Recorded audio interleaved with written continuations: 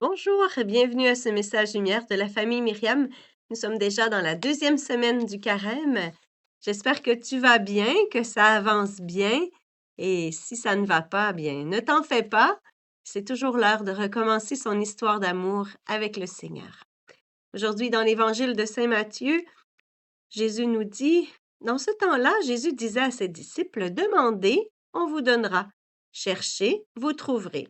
Frappez, on vous ouvrira. En effet, quiconque demande reçoit, qui cherche trouve, à qui frappe, on ouvrira. Ou encore, lequel d'entre vous donnera une pierre à son fils quand il lui demande du pain, ou bien lui donnera un serpent quand il lui demande un poisson?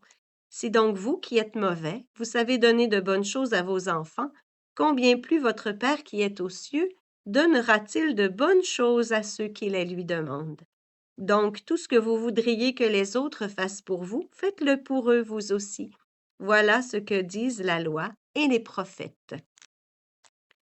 J'aime beaucoup cet évangile qui nous parle de la prière et naturellement, en ce temps du carême, il est normal que l'Église nous propose des textes qui nous parleront de la prière, du jeûne et de l'aumône. Il y a toutes sortes de prières. Si l'on regarde dans le catéchisme de l'Église catholique, il y a la prière vocale, il y a la prière de demande, l'oraison, l'adoration, le chapelet, les dévotions. Il y a toutes sortes de prières. Et aujourd'hui, le Seigneur nous demande non pas seulement de prier, il dit demander, hein, vous chercherez, on vous donne, vous trouverez, frappez, on vous ouvrira. Hein, il nous parle de la prière, mais il nous parle surtout d'une vie de prière, d'une vie de fils, comme lui, Jésus, était toujours en lien avec son Père. Parce qu'il nous parle du Père dans cet évangile. Le Père qui est aux cieux vous donnera de bonnes choses.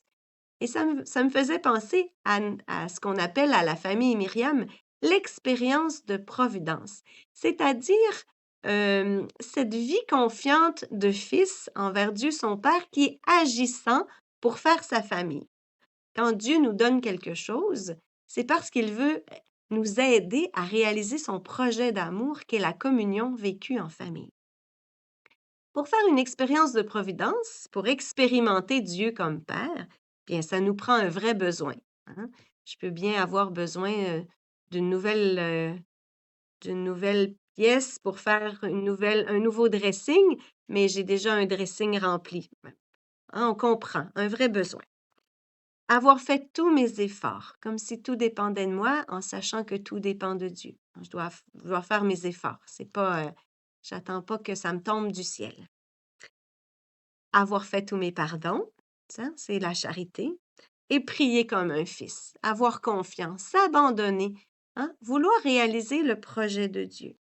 Et cela nous amène à une vie de prière, non pas seulement une prière ponctuelle, mais une vie toujours en lien avec Dieu.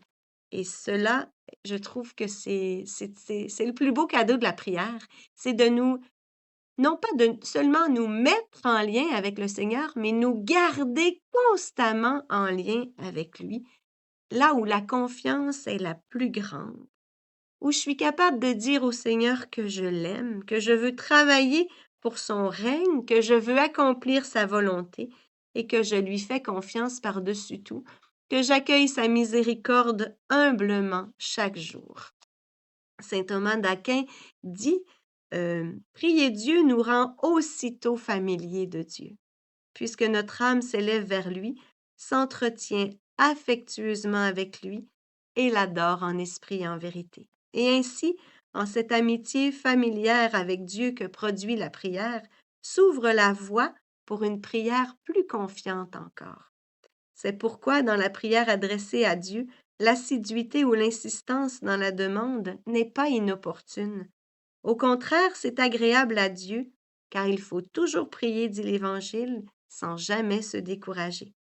Et ailleurs, le Seigneur nous invite à demander. Demandez et vous recevrez, frappez et l'on vous ouvrira. Hein? Devenons des familiers de Dieu par notre vie de prière, par notre vie confiante, par notre vie filiale. La semaine passée, on disait comment il fallait garder les commandements de Dieu. Alors on devient des familiers de Dieu. On a accès à Dieu en tout temps. C'est une vie de prière que le Seigneur attend de toi et il te donnera la grâce de le vivre. Je te souhaite une belle journée. Au revoir et à demain.